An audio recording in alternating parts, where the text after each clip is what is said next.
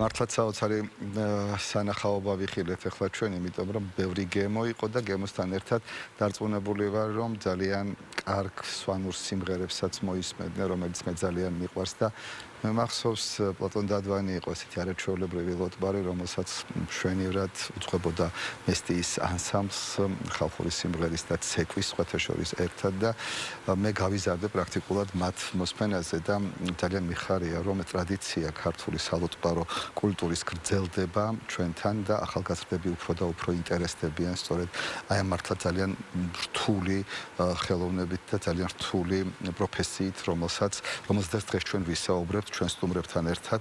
დიდი მადლობა მობრძანებისათვის. გიორგი დონაძე, ფოლკლორის ცენტრის დირექტორი და თორნიკე მერაბიშვილი, ლოტბარი მომღერალი არის დღეს ჩვენთან სტუდიაში. ცოტა ხანში ფინალისკენ უკვე ძალიან კარგ სიმღერასაც შემოგთავაზებთ, თუ რას ამას თვითონ გვეწყობიან ჩვენი სტუმრები. მაშასე ჩვენ ვიწყებთ საუბარს სალოტბარო სკოლებზე, რაც ძალიან მნიშვნელოვანია, იმიტომ რომ ერთია, როდესაც ადამიანები საქართველოში თითქმის ყველა უმეტესობა მღერის კარგად, ღმერთმა მოგცა მუსიკალური სმენა და შესაძლებლობა რომ ვიმღეროთ, მაგრამ მეორეა ძალიან რთული პროფესია ლოტბარის, იმიტომ რომ ეს კიდევ გულისხმობს აი ამ ყველა ხმის შეკრებას, უნიკალური მასალების შეკრებას, შერჩევას და მე ვფიქრობ, რომ არ შეიძლება არ ვახსენოთ დღეს სწორედ ანზორ ერქომაიშვილი, რომელმაც საფუძველი ჩაუყარა სწორედ ერთ-ერთი საფუძველ ჩამყრელია სალოტბარო სკოლების შექმნის საქართველოში ბევრ დამსახურებასთან ერთად, რომელიც ბატონ ანზორს გააჩნია ქართული სამუსიკო კულტურის წინაშე, ესეც არის ერთ-ერთი უდიდესი მისი დამსახურება. რას მოიცავს ეს სალოტბარო სკოლები დღეს, რა მდგომარეობაშია და რა პერსპექტივა აქვს მას და რამდენად არის ინტერესი ამ ყველაფრის მიმართ. აი დავიწყოთ საუბარი ბატონო გიორგი თქვენგან. მოგესალმებით, შუალო მშვიდობის, მივესალმებით ჩვენს მაყურებელს. ნამდვილად თქვენ ბატონ დადვანი ახსენეთ, ეს მართლაც დიდი სვანი ქორეოგრაფი ლოტბარიც და სვანეთიდან დავიწყებთ ახან ესე ოხსენებული ჩვენ ერთ-ერთი პირველი სკოლა მესტიაში გავხსენით. მოგახსენებთ რომ ჩვენ გვაქვს უკვე 47 სალოტბარო სკოლა მთელი საქართველოს მასშტაბით. ეს არის კარგი, მაგრამ შეიძლება კიდევ უფრო მეტი. სვანეთსაც შეეხება, ეს არის საერთაშორისო კუთხე ჩვენი მრავალხმიანობის კუთხით ყველაზე ძველი სიმღერები არის შემორჩენილი სწორედ ამ კუთხეში, ზეონდო ქვემო სვანეთში და ძალიან მნიშვნელოვანი იყო, რომ თავიდანვე დაგვიწყო სალოტბარო სკოლების გახსნა საქართველოს მთიანი რეგიონებიდან და სწორედ სვანეთში გავხსენეთ ერთ-ერთი პირველი სკოლა და რატო დავიწყე ახლა სვანეთიდან. იქ არის სოფლები, სადაც დაშორებულია მუნიციპალიტეტი, თქვათ მესტიას 70 კილომეტრით მაგალითად ჭუბერი. არის სხვადასხვა სოფლები, სადაც მიჭირესი ახალგაზრდები სწავლობდნენ. ჩვენ გარდა მესტი, თქვათ შარშან, თუ შარშან წინ აღარ მახსოვს, დავამატეთ სხვადასხვა სკოლები სოფლებში. ჭუბერში, ცხუმარში, ეცერში, ლატალში, ბეჩოში, ქვემო სვანეთში ჩამოვყვეთ მე ლაშქრიტში, ხელეთში და აქ გამოჩნდნენ უნიკალური ნიჭის ბავშვები, რომლებიც ეუფლებიან ტრადიციულ სვანურ ნამდვილ ძველებურ სიმღერებს და რეპერტუარიც ისე შეურჩიეთ, რომ მოგესალმებათ თქვენ განსაკუთრებით გეცოდინებათ ის, რომ ყველა სოფელს თავისი განსაკუთრებით მომღერალ სოფლებს თავისი რეპერტუარი ჰქონდა, თავიანთი ვარიანტები ჰქონდა ამათვე სიმღერის და სწორედ ესე არის შერჩეული მათთვის პროგრამაც, რაც თავარია და რაც ასევე ძალიან მნიშვნელოვანია, ჩვენ იგივე ძალებით ვასწავლით ქართულ ტრადიციულ საგალობლებს. ესეც ძალიან მნიშვნელოვანია. ბავშვები ეუფლებიან სიმღერას, გალობას, ქორეოგრაფიულ ნიმუშებს, ფერხულებს, სვანეთში გავრცელებულია ძალიან ეს და საკრავებს. ესე არის მთელ საქართველოში. რაჭაში, ლეჩხუმში, გურიაში, აჭარაში ყველგან იმ რეპერტუარს, იმ სიმღერებს ვასწავლით, რომლებიც ადგილობრივია, ანუ ჩვენ ღვთისმსხალობით ბატონი ანზორი ახსენეთ თქვენ და მისი წყალობით და ძალიან დიდი ხალხის წყალობით გვაქვს უამრავი უნიკალური ჩანაწერები, რომლებიც ეთის ცოცხლა ეყოფა ადამიანს, რომელიც ყველაფერი გააცოცხლოს და აი ამის მიხედვით მივყვებით ამ ბავშვების აღზრდას, რაც საბოლოო ჯამში მოგცემს იმ შედეგს, რომ ეს ბავშვები თუ ამ სფეროს არ თქვათ გაყვებიან და არ გახდებიან თქვათ პროფესიონალი ლოტბარ რეგენტები თუ მომღერლები, ის მაინც ეცოდინებათ რომ რასაუნჯის ფლობელები ვართ, რა გვაქვს, რაც სოფლიოში ყველაზე მეტად გამოგვარჩევს. ჩვენი აღაბწოვანებს ყველას, ვინც კი ისმენს. ნამდვილად არის უნიკალური სრულიად ყველა კუთხეს თავისებური მრავალხმიანობა აქვს და ამასთან ერთად როგორც წეგან ვთქვი, ქართულ ტრადიციულ საეკლესიო გალობას სწავლობენ და უფრო მეტიც ჩვენ გვაქვს ძალიან ბევრი პროექტი, რომელი პროექტებშიც ეს ბავშვები იღებენ მონაწილეობას, არის გალობის მერცხლები, დასავლეთ და აღმოსავლეთ საქართველოს საალპო სკოლებს კრიბავთ ბავშვებს და ვაგალობებთ სვეტიცხოველში, ბაგრატის ტაძარში, ძალიან რთულ საგალობლებს ასრულებენ ისინი და უფრო მეტიც ჩვენი საალპო სკოლების ნახევარზე მეტი უკვე წირვალოცვაზე დგანან სხვადასხვა ტაძრებში, როგორც საკათედრო ტაძრებში, ასევე და ეს ძალიან მნიშვნელოვანია ბევრი მიმართულებით.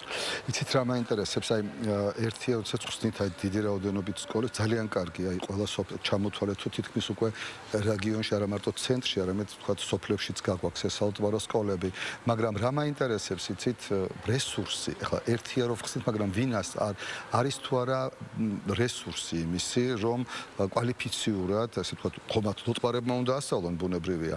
აი ამ ლოტბარების მომზადება, გადამზადება შემდგომ მისი რეგიონში, ანუ ადგილობრივი კადრებით ბუნებრივია ძალიან რთულია ხო თბილისიდან ასაიდან რაღაც სხვა რეგიონიდან სხვა რეგიონში ჩავიდეს. აი ორგანიზება ამისი როგორ ხდება და ამდენად არის რესურსი.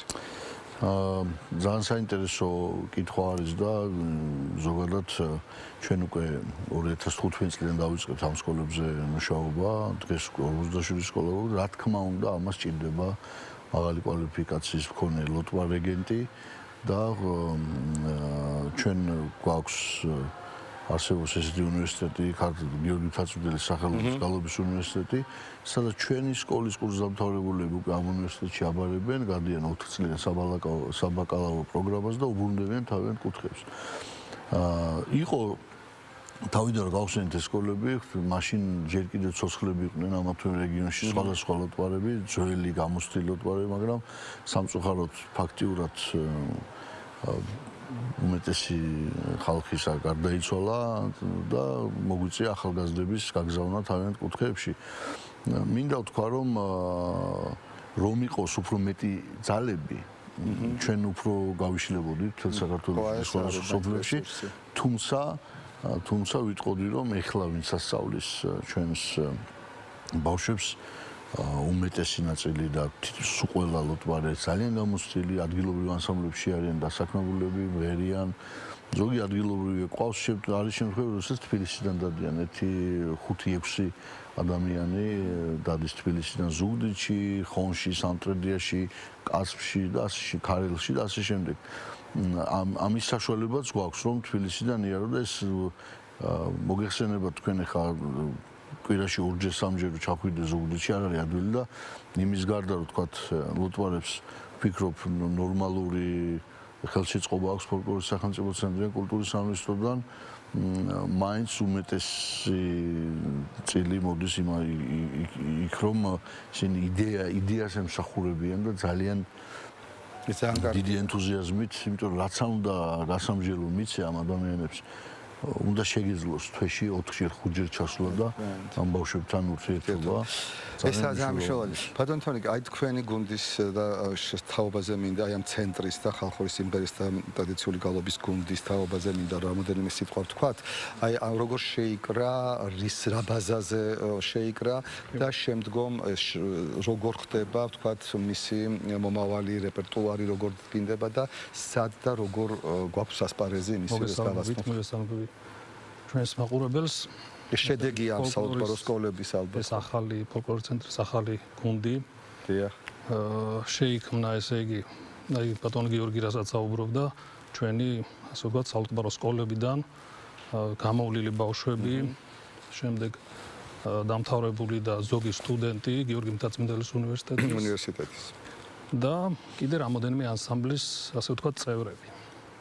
ჩემი მონაწილეობა ამ ანსამბლში მეხება ასიანში მღერი პირველ ხმას, თუმცა გიორგის მე თვითონ შევთავაზე რომ მეორე ხმა მემღერა კახური და აქაც ცოტათი დავკონკრეტები და კიდევ უფრო ქართლური ასე ვთქვათ და ჩემთვის საინტერესოა ამ ბიჭებთან მუშაობა საინტერესოა იმიტომ რომ გარდა იმისა რომ ენთუზიაზმით არიან ესენი გარდა ამისა კიდე რაღაც სხვა შინაგანი ენერგია აქვთ мотивация აქვთ და ზუსტად და კარგად იციან თუ რას აკეთებენ რა საქმეს ემსახურებიან სამომავლოდ ეს რა შედეგს დადებს და ჩვენ ყავს ესე იგი 5 ლოტბარი რა კარგი ერთ-ერთი კახურის ასე ვთქვათ კუთხის ფრთის წარმომადგენელი გიორგი ხუნაშვილი რომელიც ხელმძღვანელობს ქართკახურ სიმღერებს და მიმართულების მიხედვით არის არა? დიახ, მიმართულების მნიშვნელოვანია კი.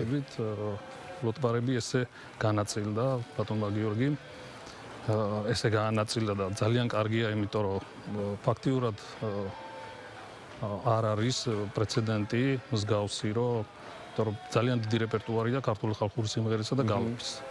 და ამ მიმართულებით ერთმა ანსამბლმა მოახერხოს ამ ყველაფრის ასე ვთქვათ აჟღერება და სცენაზე გამოტანა ცოტა რთული.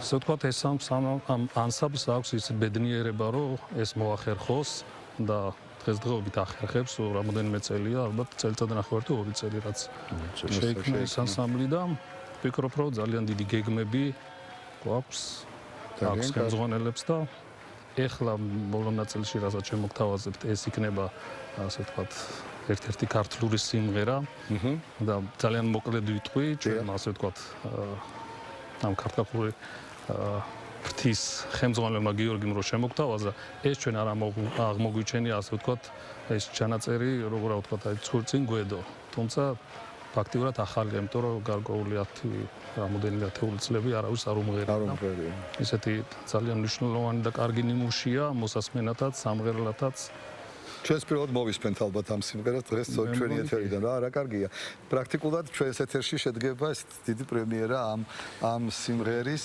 ფართო მაყურებელზე და აუდიტორიაზე უღრმესი მადლობა თქვენ სიამოვნებით გთხოვთ რომ შეუერთდეთ თქვენს ჯგუფს გუნდს და მე მადლობას გიხდით მობრძანებისთვის და ჩვენი გადაცემა გვინდა დავასრულოთ დღეს ხვალ ჩემი კოლეგები ქეთიკა კელია და დათო დარჩია იმუშავებენ თქვენთან ერთად მეორე შაბათამდე გემშვიდობებით და გიტოვეთ მართლაც არაჩვეულებრივ ნიმუშს, რომელიც თქვენთვის პირველად შეიძლება გაჟღერდეს დღეს ჩვენი ეთერიდან. კარგად ბრძანდებოდეთ.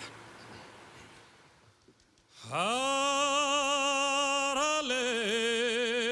თოხნოთ და თოხნოთ სიმინდი ახლაყანის კაცამ ჰოვდა